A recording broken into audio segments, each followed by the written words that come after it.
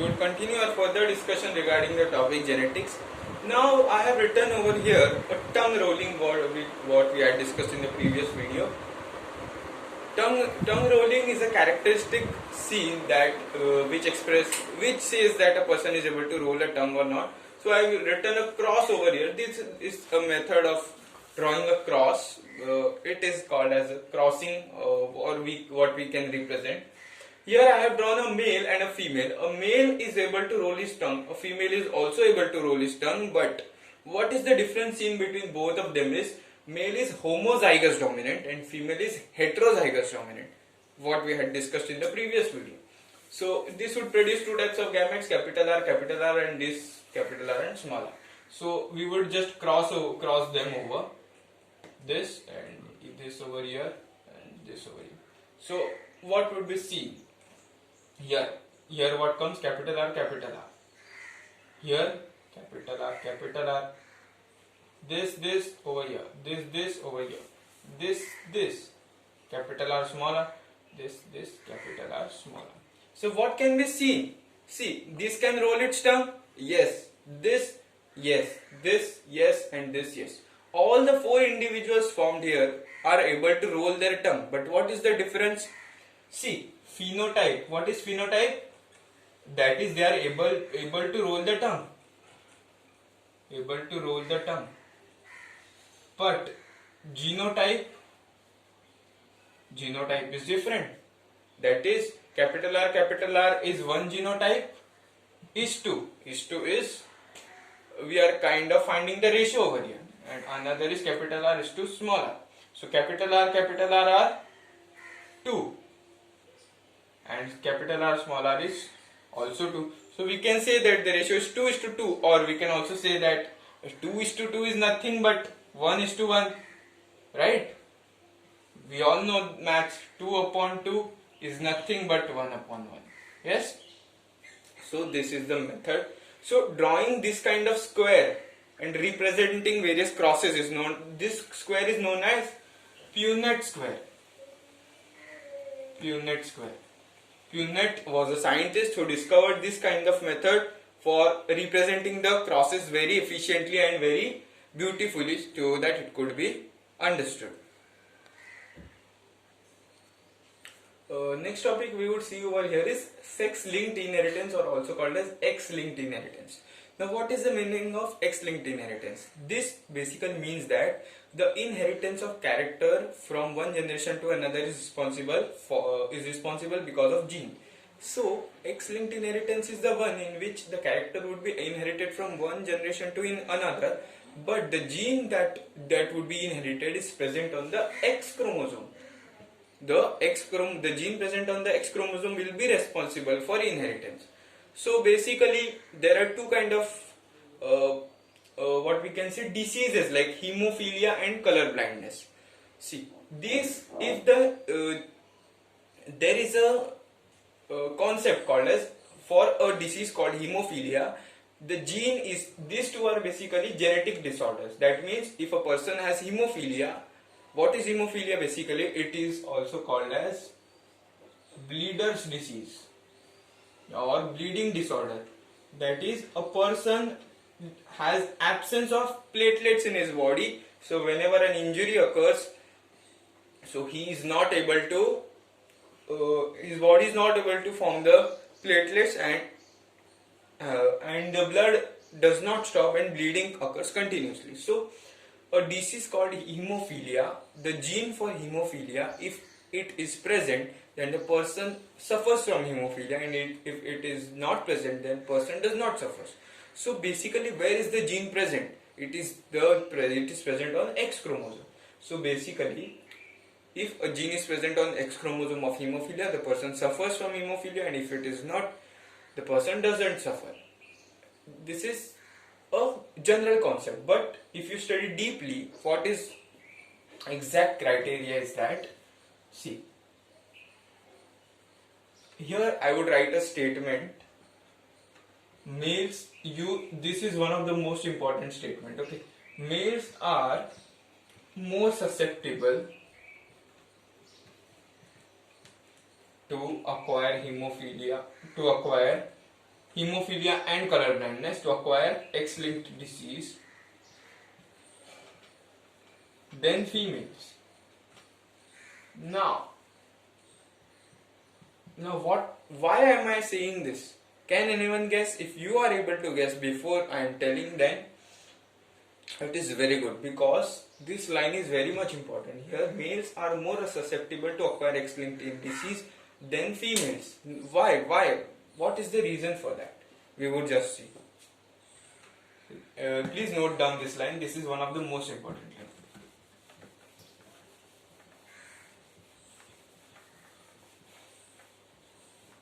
Now, a male has X and Y chromosome, and a female has X and X chromosome.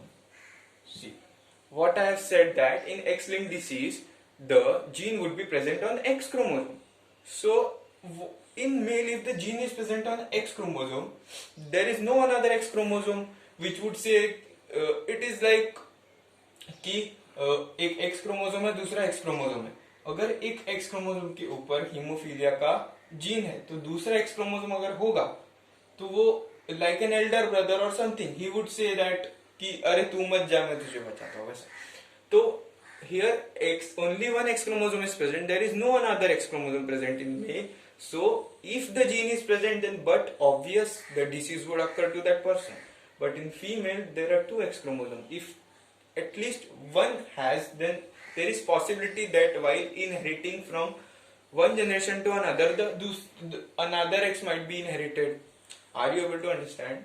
In male, if a gene is present on X chromosome, then definitely it would be, if that X chromosome is transmitted, then definitely the next generation would be suffering from the disease, or the male that has that has gene on the chromosome would suffer from hemophilia or color blindness. But in case of female, for females to occur hemophilia and color blindness, the gene should be present on both the chromosomes, because in presence of only one in presence of the gene on only one chromosome would not cause disease, because the second X is vacant or the second X does not have a disease. So in case of female, for hemophilic male, that is the male suffering from hemophilia, the genotype looks like this. But for hemophilic female, the genotype should be like this, that is, the gene should be present on both the X chromosomes. Even so, there is one possibility that it could be like this.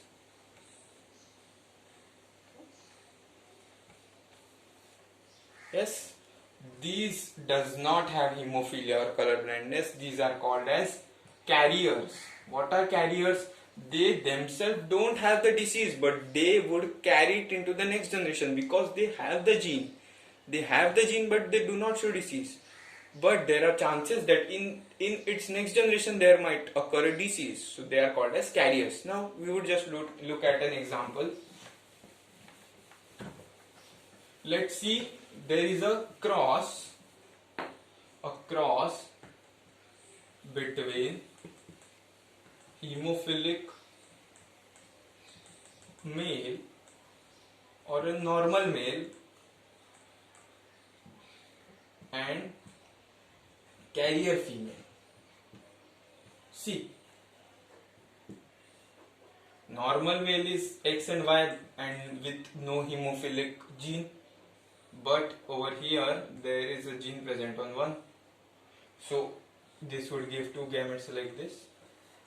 This would give two gametes like this. Now again we would do that kind of cross. Unit square. Yes. Here X, here Y, XH, and here X. So just look over here.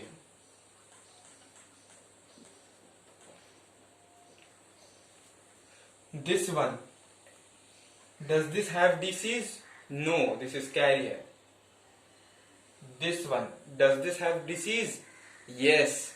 This one, no. This one, no. So what you can see after crossing a normal male with a carrier female, see both the parents did not have disease. This one did not have the disease, this one did not have the disease. Then how does disease occur in the next generation? Because of the carrier female, because the carrier female did not have the disease herself, but it was carrying the gene, so it occurred in the next generation. So that is the concept, that if a carrier female is called as carrier because it itself does not show the disease, but it can transfer to its next generation. So different kinds of crosses can be done, like normal male, normal female, hemophilic male, carrier female. So different kinds of crosses are given in your textbook, you can look for that. Your basic concept, you understood that if a male has a gene on its X chromosome for hemophilia, then surely it would suffer from hemophilia, or if color blindness, then surely. But in case of female, if H is, or if the gene is not present on both, unless and until, then it will not show hemophilia. Now we would look at the most important aspect of this chapter, that is Mendel's inheritance experiment. What did Mendel do? Mendel selected garden pea, that is Pisum sativum, and why did he select garden pea for his experiment? Because there were many varieties present in garden pea, like many varieties: seed color, seed shape, flower shape, pod color, pod shape. Many varieties were present, so that he could see the differences from one generation to another. What does the changes takes place? How does the inheritance takes place? So many varieties were present. True breeding. True breeding means, see, if one generation contained round seeds and one parent contained round seeds and another parent contained wrinkled seeds, if both were crossed, then in next generation either round or either wrinkled were produced. Not a mixing of round and wrinkled was present, that is both round and both wrinkled is present in a single seed. Mixed characters are seen. No, either round in the either wrinkled. That was true breeding. That means, for example, if one parent was tall and another was dwarf, then the individual produced in next generation would not be of medium size. It would either be tall, it would either be dwarf. So it was true breeding. Next, third reason for its selection was they can be cross-pollinated artificially, so that the flowers of Pisum sativum were easily cross-pollinated. That means he was able to pollinate the flowers when and where he required. Whenever he was needing the need for experiment, he would cross-pollinate the flowers, perform the experiment, and look at the next generation. And few more reasons that can be seen, that why did he select it, which are not given in your textbooks. You can just listen from this video and note down that Pisum sativum has a very short lifespan, that is 3 to 4 months, and every 3 to 4 months next generation appears. So in one year he was able to see 3 to 4 generations of the plant. Like so, the study of genetics became very faster. So if next generation 4 to 5 generations he was getting to see in 1 year, then even if he studied for a few years, then many generations would be available for him for selection or for study. And other was garden pea was easily available.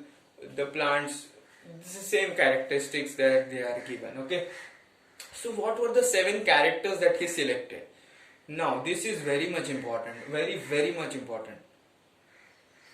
These 7 characters were considered by Mendel. So what were they? See, flower color, flower position, seed color, seed shape, pod color, pod shape, and height. And there were various genes. Each gene for flower color, one gene for flower position, and each gene had 2 alleles, a dominant allele and a recessive allele. So for flower color, a dominant gene and a recessive gene. Dominant flower color was purple and recessive was white. If flower of the color was purple, that means it was dominant, and if it was white, then it was recessive. Flower position, axial and terminal, where axial is dominant, terminal is recessive. Same way seed color and seed shape. Seed color was yellow dominant and green recessive, and seed shape round dominant and wrinkled recessive. Pod is basically cover of the garden pea that we for removing the green, for removing the piece. Now here what is important to note is, see,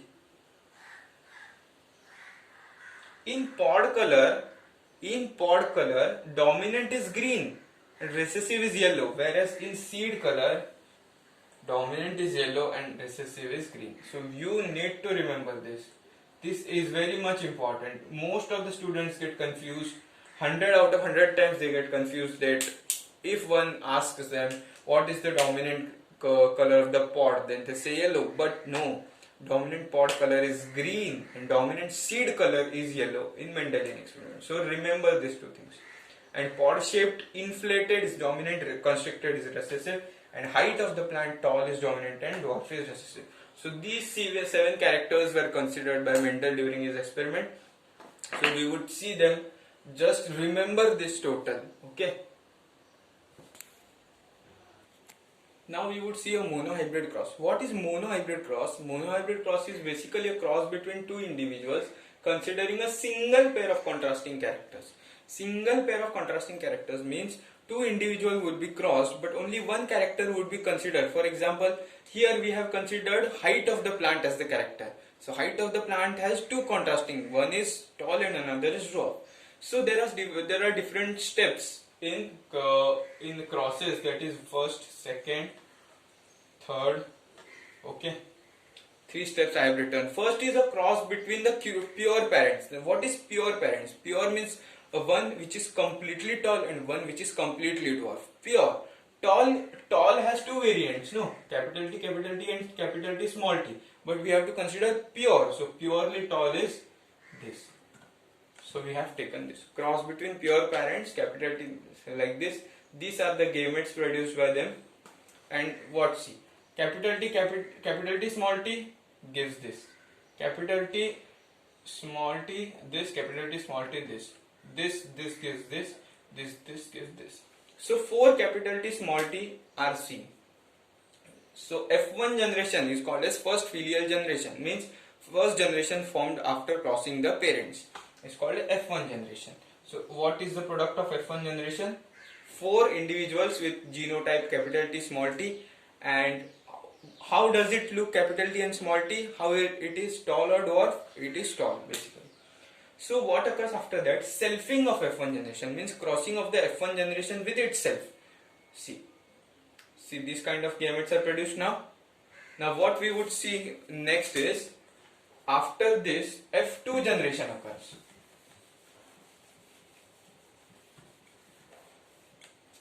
See F2 generation. Now in F2 generation what we need to do is draw a Punnett square.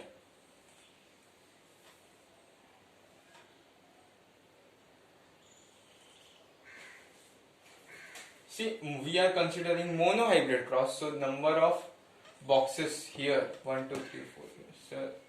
So see, these were the gametes drawn over here. So like this and like this. See, the number of boxes drawn, number of boxes appearing here would be 4.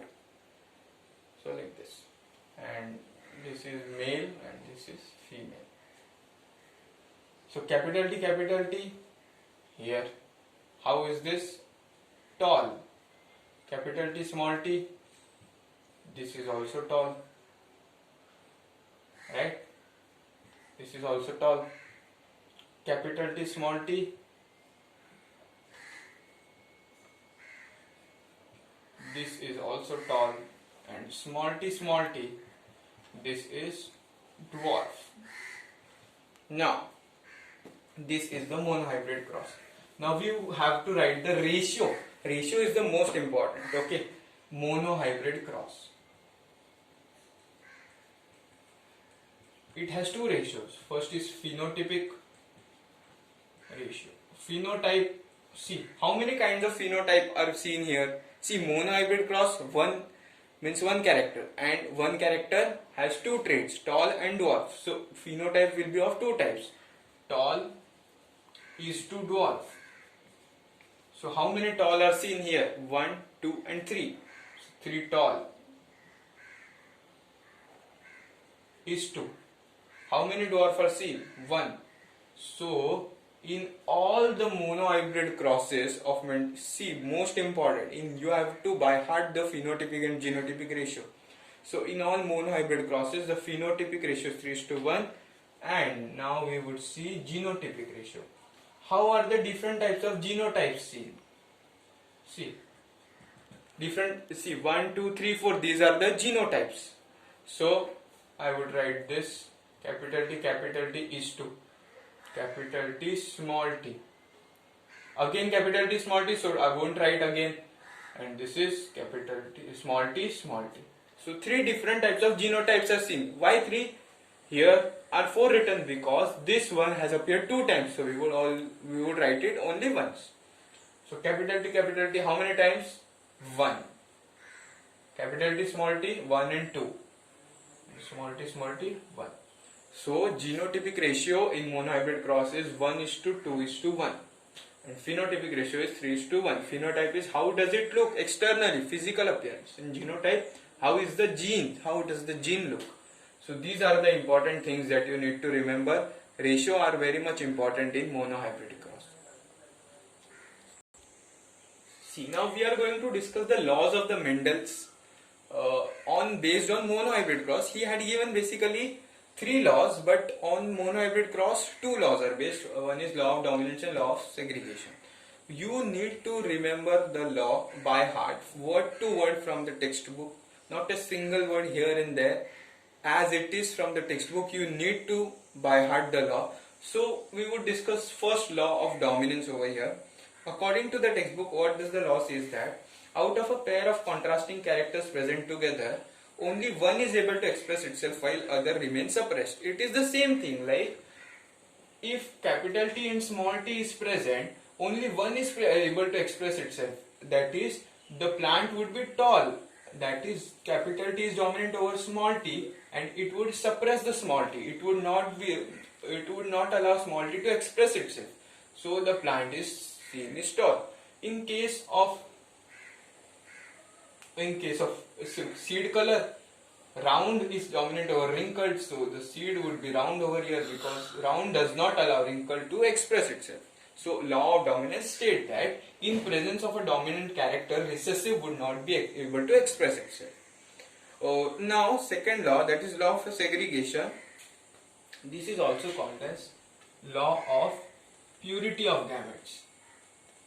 Now why is this, or what is this law basically? So I would just read out. The two members of a pair of factors separate during formation of gametes. They do not blend but segregate into different gametes.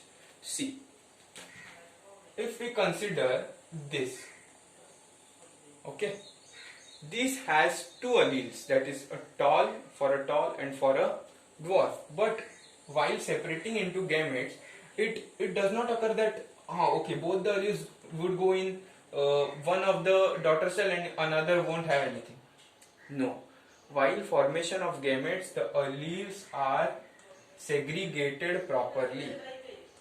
Okay, that is, an individual would have only one allele and the other individual would have one allele. That is, while formation of gametes, the segregation of the trait takes place. That is why it is called as law of purity of gametes. That is, while formation of gamete, segregation takes place and not both the traits move into a single individual. No.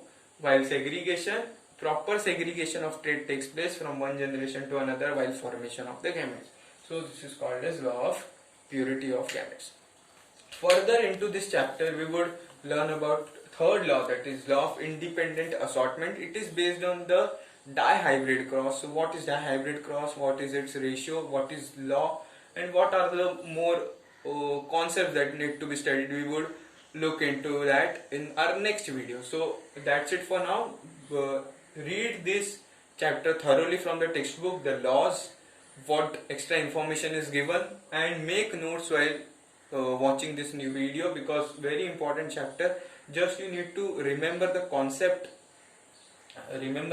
wherever necessary, and remember the laws, and understand how monohybrid cross has taken place, how the formation of gametes has taken place, how is Punnett square formed, what are the steps in monohybrid cross. So these are the important things that you need to learn from this video. Make notes and try to read them as many times as possible, because this is one of the most important chapter. So we would learn about the next half or next little part remaining of the chapter in our next video.